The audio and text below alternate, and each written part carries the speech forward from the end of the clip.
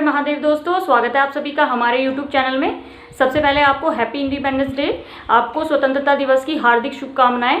आज के दिन ही हमारा देश आज़ाद हुआ था, तो आप सभी को उसकी बहुत बहुत बधाई।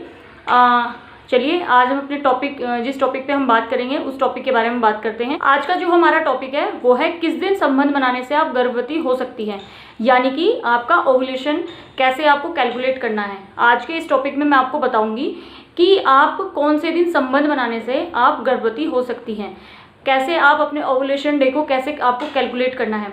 वैसे ये वीडियो मैंने पहले बनाई है जिसमें मैंने आपको बताया कि आपका अगर ओव्यूलेशन, आपका पीरियड साइकिल है जो, उसमें कैसे कैसे आपको काउंट करना है जिससे आपका ओव्यूलेशन डे निकल के आता है। अभी जो मेरा वीडियो आया था उस वीडियो में मैंने आपको बताया था कि अगर आपका ओव्यूलेशन आता है तो आपकी बॉडी में क्या क्या चेंजेस आते हैं, यानी कि आपको कैसे पता चलेगा कि आपका ओव्यूलेशन आ रहा है या आ चुका है, तो आपकी बॉडी में उससे क्या क्या चेंजेस आते हैं। उस वीडियो में मैंने ये सारी बातें बताई थी।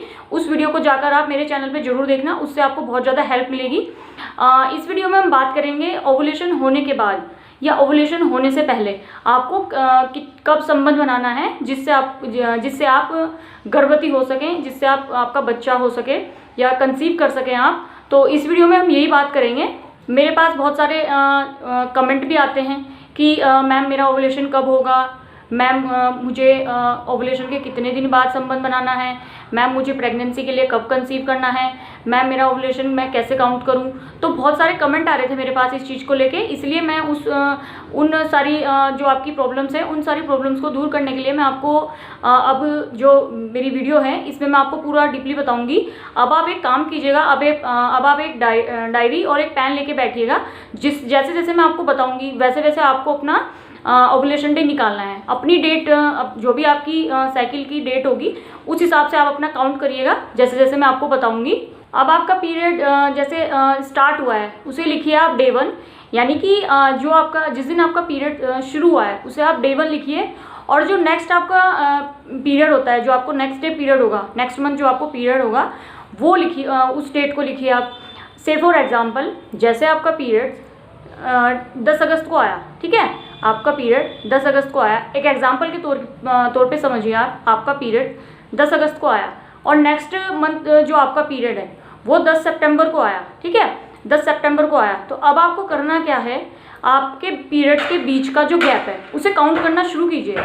अगर आप 10 अगस्त से लेके 10 सितंबर तक आप काउंट करेंगी तो आपका जो पीरियड साइकिल लेंथ है वो 32 डेज़ का आएगा, ठीक है, 32 डेज़ का आपका पीरियड साइकिल लेंथ आएगा। 32 डेज़ का जब आपका पीरियड साइकिल लेंथ आएगा, आपको क्या करना है, 10 सितंबर से आपको 14 डेज माइनस करने हैं, यानी पीछे की तरफ आपको माइनस करते हुए जाना है। 14th डे आपको माइनस करने हैं वहाँ पे, ठीक है। जैसे ही आप 14th डे माइनस करेंगे तो उसके बाद आपका ओव्यूलेशन डे निकल के आ जाएगा, यानी कि आपने 10 सितंबर से 14th डे माइनस करने शुरू करें। माइनस करने के बाद जो आपकी डेट आएगी निकल के वो आएगी आपकी 28 अगस्त, यानी कि 28 अगस्त को आपका ओव्यूलेशन डे होगा, ठीक है। ऐसे ही अब आपको क्या करना है, आपको अपनी इस जो मैंने आपको डेट बताई है, ये तो एक एग्जांपल के तौर पे बताई है। अब आपको इसी डेट पे आप इसी तरीके से आप अपना पीरियड साइकिल, जो आपका पीरियड साइकिल है वो रखिए आप, ठीक है। जैसे मैंने 10 अगस्त बताया और 10 सितंबर बताया, तो ऐसे ही आप अपना रखिए। जो भी आपका होगा, फर्स्ट जो आपका हुआ होगा और जो सेकंड आपका हुआ होगा वो आप उसमें रखिए और उसे डे 1 से काउंट करना शुरू कीजिए। जैसे कि मैंने आपको बताया 10 अगस्त से, तो 10 अगस्त को आप डे 1 काउंट कीजिएगा। तो ऐसे ही 1 2 3 4 ऐसे गिनते गिनते जैसे आप सितंबर पे जाएंगी, 10 सितंबर पे, उसके बाद आपका जो बीच का जो काउंटिंग होगी, आपकी पूरी टोटल जो काउंटिंग होगी 10 सितंबर तक, वो आपका पीरियड साइकिल लेंथ होगा, ठीक है।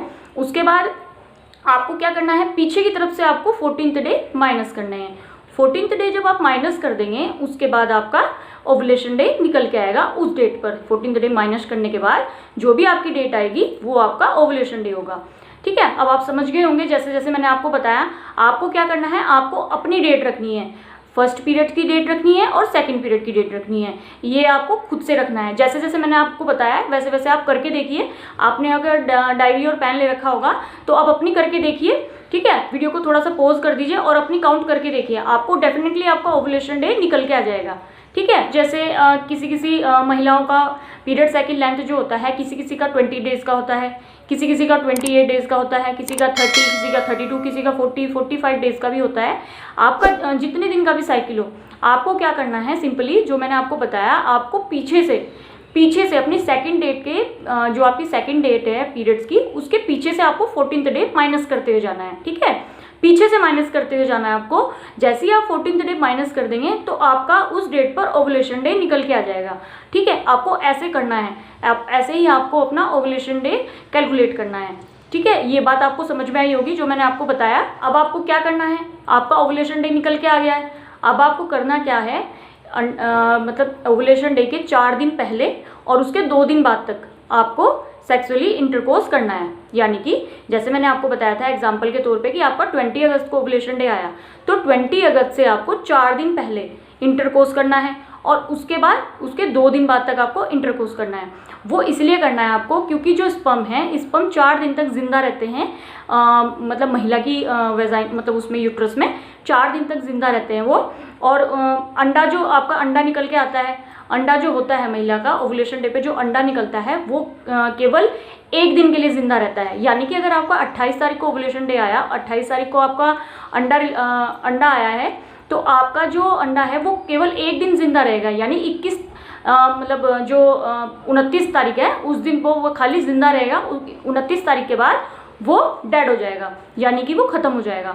तो इसीलिए बोला जाता है कि इंटरकोर्स आपको ओवुलेशन डे के 4 दिन पहले आपको इंटरकोर्स करना है और उसके 2 दिन बाद तक इंटरकोर्स करना है, ताकि जो अंडा आया है उसको स्पर्म आराम से उसमें फर्टिलाइज हो जाए और फर्टिलाइजेशन होने के बाद बच्चा बन जाए, यानी कि आप कंसीव कर लें। इसलिए बोला जाता है कि आपको 4 दिन पहले इंटरकोर्स करना है और उसके 2 दिन बाद तक इंटरकोर्स करना है, क्योंकि जो स्पर्म की लाइफ होती है वो 4 दिन तक होती है। जो स्पर्म की लाइफ होती है वो 4 दिन तक होती है।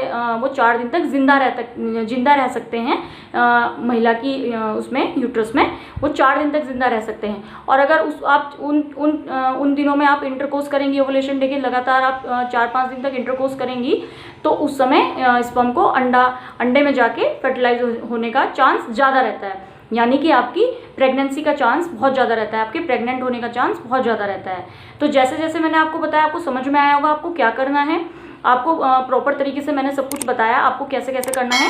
आप जरूर ऐसे काउंट करिएगा, अपनी साइकिल लेंथ उसमें रख के, जैसे मैंने आपको बताया उसमें रख के आपको जरूर अपनी पीरियड साइकिल लेंथ काउंट करनी है और ओवुलेशन डे निकालना है। अगर आप फर्स्ट मंथ नहीं हो पाते हो, फिर आप सेकेंड मंथ में ऐसे कीजिए, थर्ड मंथ में ऐसे कीजिए, डेफिनेटली आप प्रेग्नेंट कंसीव कर पाएंगी। 100% आप कंसीव कर पाएंगी। प्रेग्नेंस होने के जो चांसेस है वो बहुत ज़्यादा रहेंगे आपके उस समय पर। अगर आप ओवुलेशन के टाइम पर अगर आप इंटरकोर्स नहीं करेंगी, सेक्सुअली इंटरकोर्स नहीं करेंगी और मतलब आपने इंटरकोर्स नहीं करा, उस समय अंडा आया, फर्टिलाइज हो गया अंडा अंदर, और उसके बाद आपने इंटरकोर्स नहीं करा, स्पर्म नहीं मिले उसे, स्पर्म से वो मतलब कनेक्ट नहीं हुआ अंडा, तो इसका मतलब अंडे का कोई अंडा ख़त्म हो जाएगा आपका 1 दिन में और आपके प्रेगनेंसी के चांसेस ख़त्म हो जाएंगे। इसलिए आपको ओवुलेशन डे के टाइम पर इंटरकोर्स करना है, जरूर करना है इंटरकोर्स।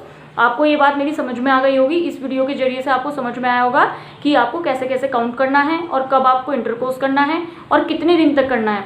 ठीक है, अब अगर आपको ये वीडियो अच्छी लगी हो तो वीडियो को लाइक करें और चैनल को सब्सक्राइब जरूर करना। बाकी मेरी ओवुलेशन वाली जो वीडियो है जिसमें मैंने आपको बताया है कि आपकी बॉडी में क्या क्या चेंजेस आएंगे ओवुलेशन डे के टाइम पे, जो बॉडी में चेंजेस आते हैं, टेम्परेचर बढ़ जाना, एकदम से चिड़चिड़ा बना जाना, या पेट के निचले हिस्से में स्टिचिंग या खिंचाव या हल्का सा पेन होना, तो ये सारी चीज़ें होती हैं जो ओवुलेशन डे के टाइम पर होती हैं।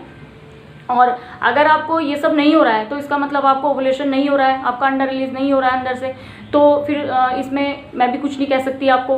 तो ये सारी चीज़ें होती हैं। और मेन जो होता है वो मैंने आपको बताया पिछली वीडियो में, मेन जो होता है आपका वेजाइना डिस्चार्ज होता है, जो आपका अंडे जैसा, यानी अंडे का वाइट पार्ट होता है जैसा, वैसा चिपचिपा पार्ट होता है वो, तो वो उस समय आपका, यानी आपकी जो बॉडी है वो उस समय ओवुलेशन डे यानी कि आपका अंडा रिलीज करने का आपको सिग्नल दे रही होती है। तो चलिए, अगर आपको वीडियो अच्छी लगी हो तो वीडियो को लाइक करें और चैनल को सब्सक्राइब जरूर करें और वीडियो को ज़्यादा से ज़्यादा शेयर कीजिएगा। तो चलिए, thank you once again, happy independence day.